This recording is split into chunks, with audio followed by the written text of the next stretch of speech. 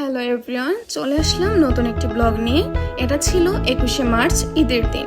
আমরা সপরিবারে গিয়েছিলাম সীমান্ত স্কয়ারে মুভি দেখতে। সিয়াম ভাইয়ের রাক্ষস মুভিটি আমরা দেখতে গিয়েছিলাম। রাস্তাঘাটে তেমন কোনো যানজট ছিল না, কিন্তু সিনেমা হলে লোকের লোকারণ্য ছিল, সিনেমা হলে লোকের যানজট ছিল। আমাদের মুভিটা ভালোই লেগেছে। যদিও আমার সেকেন্ড টাইম মুভি দেখা, আমি ফার্স্ট টাইম মুভি কলকাতাতে দেখেছিলাম, বাট এটা আমার বিয়ের পরে ফার্স্ট টাইম।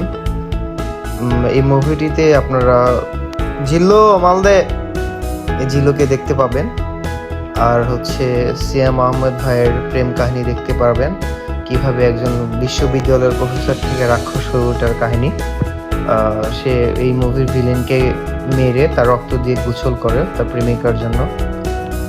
এরপর হচ্ছে তার চাচা তার সাথে বিট্রে করে, এই বিট্রের জন্য সে তার চাচাকে মেরে তার শরীরে মরিচ দিয়ে দেয়। এরপর আপনারা আরও দেখতে পাবেন আরও ভিলেন ছিল, এই ভিলেনদের সাথে মারামারি করে সিয়াম আহমেদ ভাই তার বাবা ও মার মৃত্যু হত্যা প্রতিশোধ নেয়। সবাই ভালো থাকবেন, ধন্যবাদ। এরকম ব্লগ দেখার জন্য আমাদের পাশে থাকবেন।